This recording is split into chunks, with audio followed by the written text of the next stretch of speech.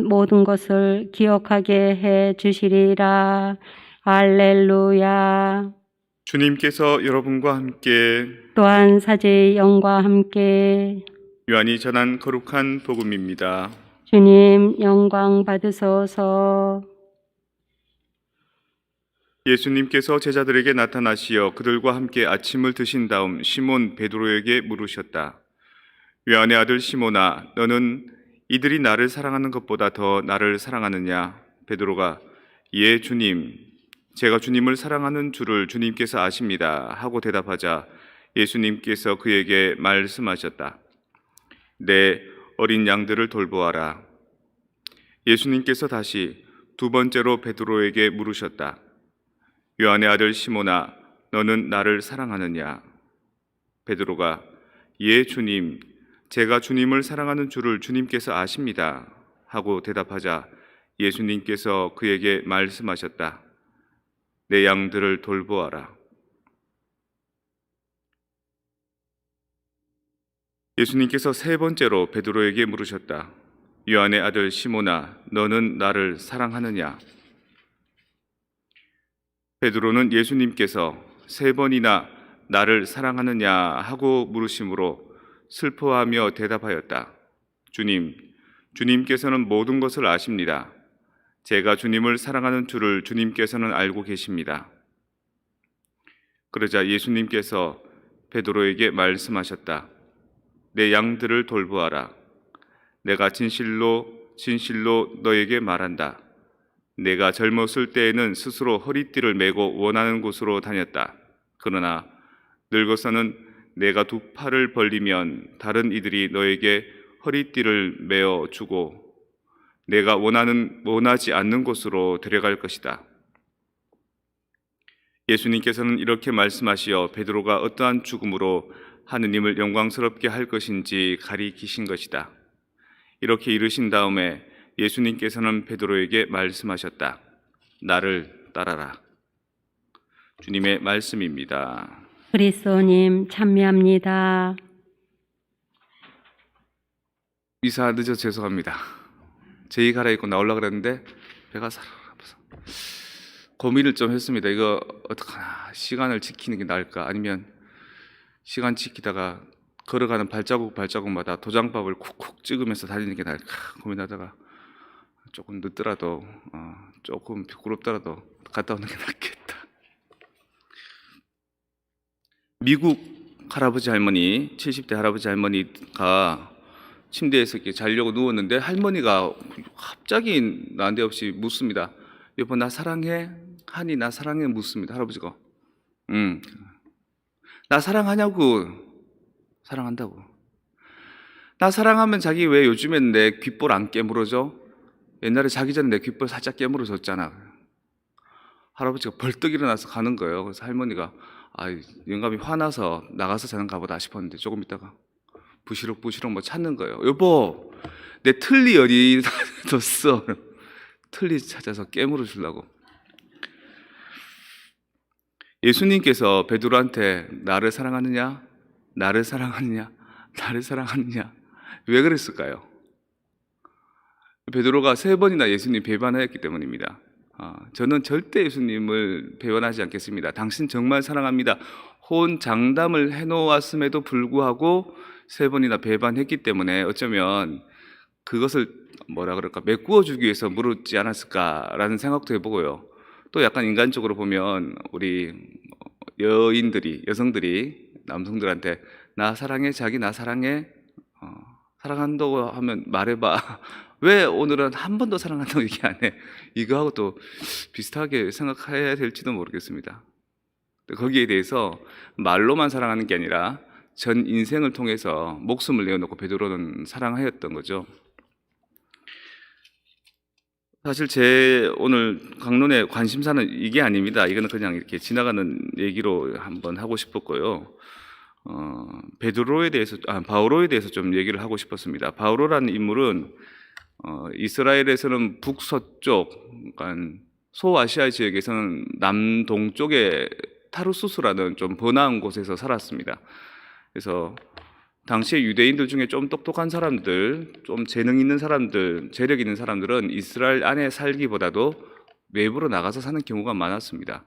그리고 바오로 사도는 유대교 전통을 이렇게 정식으로 배운 베냐민 가문, 베냐민 지파의 사람이었기 때문에 바리사이 계열을 잇는 율법에도 능통한 열심한 사람이었지만, 또 타르수스라는 곳이 옛날에 그리스 지역의 영향을 받고 로마 지역의 영향을 받았기 때문에 그리스 문학이나 철학에 대해서도 또 해박했습니다. 로마에 대해서도 물론 그랬고요. 그래서 로마의 시민권까지 갖고 있었습니다. 당시 유대인들이 로마의 시민권을 가지고 있는 경우는 참 드물었습니다.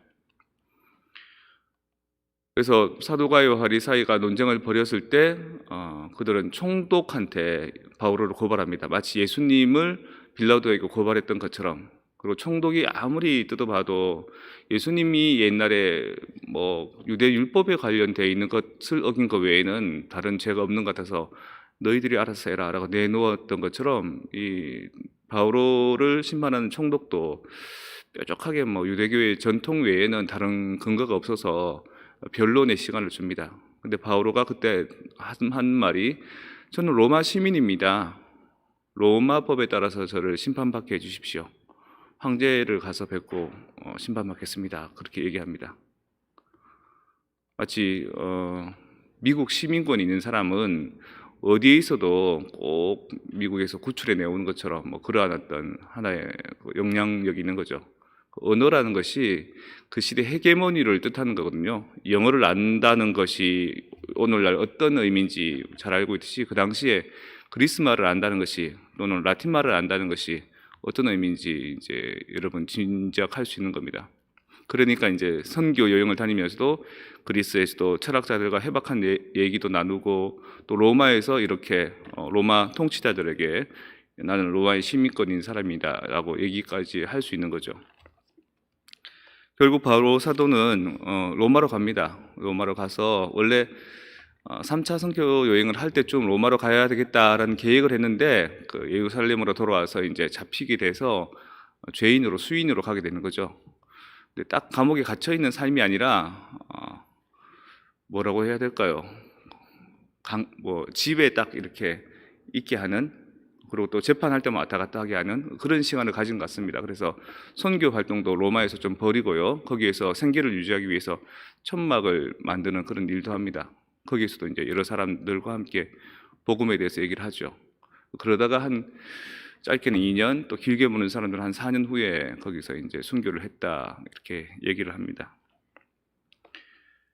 바오로 사도는 예수님을 직접 뵌 적은 한 번도 없습니다. 하지만 자기가 길을 가는 중에 예수님을 어떤 만나는 환시를 체험한 거죠. 테오파니를 체험한 거죠. 그리고 난 뒤에 사람이 이렇게 변하고 자기가 갖고 있는 모든 재능과 능력들을 이렇게 헌신합니다.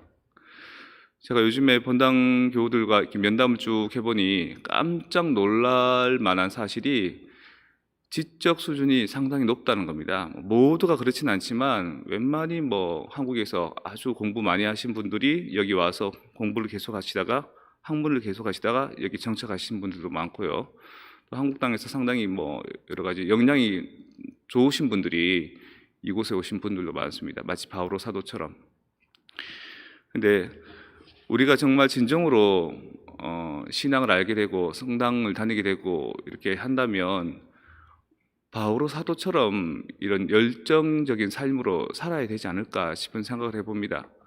살다 보면 내가 신앙인으로 살고 있긴 하지만, 또 교회의 공동체 안에 있지만 내가 너무 많이 배웠기 때문에, 내가 너무 많이 가지고 있기 때문에 이 공동체의 삶에서 자꾸 이질감을 느끼는 수가 있습니다. 근데 우리는 오히려 하느님의 자녀로서 빛 가까이 있으면 있을수록 우리의 그림자가 진하게 되기 때문에 나의 자신에 대한 삶의 반성을 더 깊이 해야 되고요, 나 자신에 대한 방향을 더 잘 잡아야 가야 되고, 빛이신 그리스도를 향해 더 나아가야 됩니다. 그렇게 하다 보면 바오로 사도처럼 자신이 갖고 있는 역량, 지식, 언어적인 능력, 배경, 그 모든 것을 총동원해서 교회 공동체를 위해 헌신하는 삶을 살게 되는 겁니다. 우리가 이곳에 함께하고 있는 것은 어쩌면 하느님께서 섭리해 주신 것일지도 모르겠습니다. 그 섭리를 통해서 우리가 갖고 있는 힘과 능력과 재능과 재력과 시간이 온과 마음과 온 정성을 다해서 하느님을 사랑하고 이웃을 내 몸처럼 사랑한다면 우리는 우리가 믿은 신앙에 대해서 목숨을 다해서 응답하는, 목숨을 다해서 사랑합니다, 사랑합니다, 사랑합니다 라는 것을 증거하는 삶을 살 수 있을 거라고 생각해 봅니다.